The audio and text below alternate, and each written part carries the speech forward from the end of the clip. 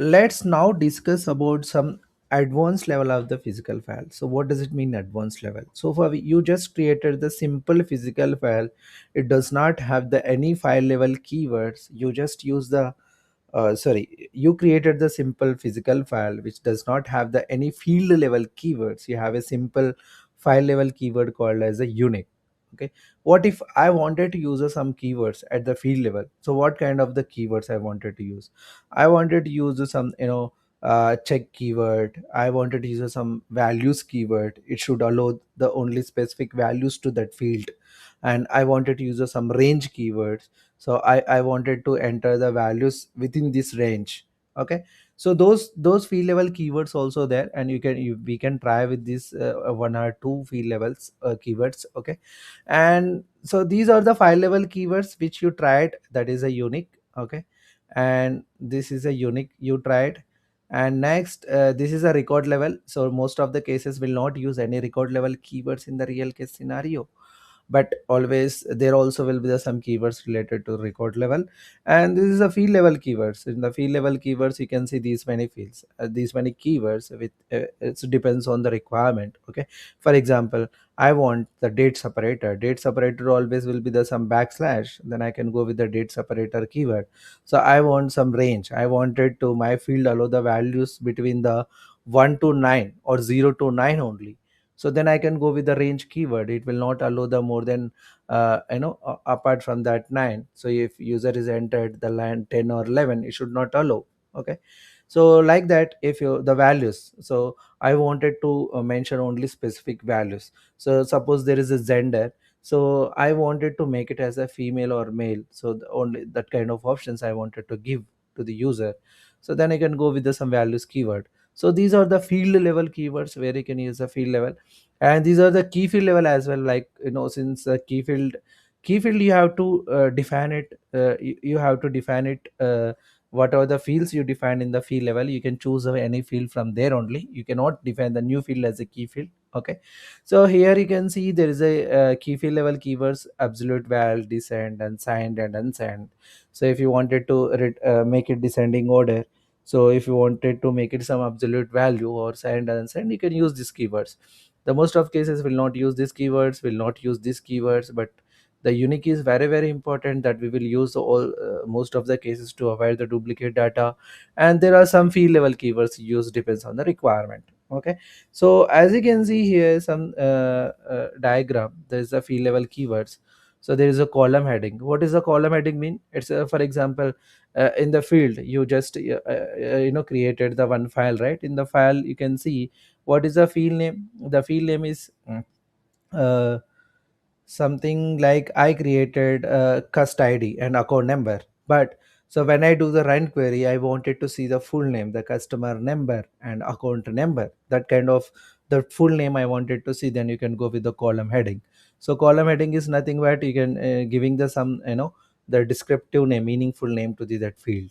And the values you can see I wanted to allow the some values to my specific field. So there you can go and use the values keyword. And range and specific range, you can what is the minimum and maximum validation. And check, so either you wanted to check that is the you want it is only the character or numeric, or what are the some you wanted to make it one field as a mandatory, so it does not allow the any blanks. It should be the mandatory field, then you can go with the some check. So these kind of the field level keywords you can see. Okay, so this is the field levels. And so I'll just go through the show you the example. So go ahead and work MVR PDM. I'm just going the work MVR PDM. I'm not giving the any file name, because if you use direct this command, and what is the the last previous the source member, previous source physical file library you used, so it directly navigated to that previous location. Okay, so I have a customer account file already present is here. So what I wanted to do, I wanted to use some when I do the this run query. So just uh, I just wanted to do the add my library here. Okay, so bank dev one, I just wanted to, sorry, I just added. I'm just compiling again. So if I do the run query, So sorry, the shortcut is not working. Run query star n, and you can do just copy and give the file name and enter.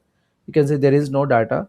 So as I can see here, customer id is there, account number is there, account type is there, and customer name is there, and branch and open date is there. But I wanted to see the some meaningful name instead of cust id. When I do the run query, I wanted to see the it's a customer id, and for account number I wanted to see the account number. For account type I wanted to use the account type. So I wanted to see the that meaningful name. So for that, what you can do, what is a keyword you can use at the field level? Take an option 2, and here customer id, right? And here you can take option F4. So here you can see the function, right? Here you can mention colhdg column heading. And what is the column heading you can mention here? Customer id you can mention. Okay, so I wanted to use this as a customer id, and here you can do mention customer id. And same way for other field, account number, I wanted to use colhdg column heading. I wanted to use a account NUMBR number. Okay, so this is the account number I wanted to use. So this is a column heading. So let's go and check how it is working the column heading. I'm just taking the file and I'm compiling using the 14 option, just 14, and again enter. Okay, so if you do the run query, I'm just recalling the my previous command. As you can see, I can see customer id and I can see account number, and so some meaningful name, right? Earlier it is the cust id and accct number. Now I can see the some meaningful name. Okay, so this is how the column heading keyword, that is a file level keyword, it will help us to give the some meaningful name to your fields. Okay, so now if I wanted to add any other field, like I wanted to add a status, where you have a status, right? So here I wanted to add the some values. It should allow the some only the few values. Okay, so I can use values keyword. So what are the values I wanted to add? A is the active and I is the inactive. Okay, I'm just using a and I for a for active and I for inactive. So these are the values I should allow. Okay, and the balance nothing. Okay, you can add some other field, and you can try with the some values and other things. I'm just showing as an example 1 2 keywords how we can use. Okay, for the values you have added, so let's try and let's compile this program, compile this file. So it is compiled. Now what I'm going to do, I wanted to check whether that is working fine or not. So you can take upd and give the file name, enter. So here you navigate it. So for values, what you mentioned, a and I, so I wanted to give b and enter.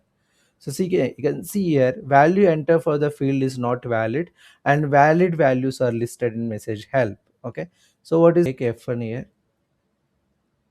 So this will not really help you, because here so what are the valid values we mentioned here? We just mentioned a for active and I for the inactive. So apart from that, if you enter anything, something a, it will be allowed. So a, it is taken. Okay, if you take some z or something, you will get error message that so value enter for the field is not valid. Okay, so this is how you can use a field level keywords. So based on your requirement, so I just explained you with the keywords column heading and values, and it's better to you can try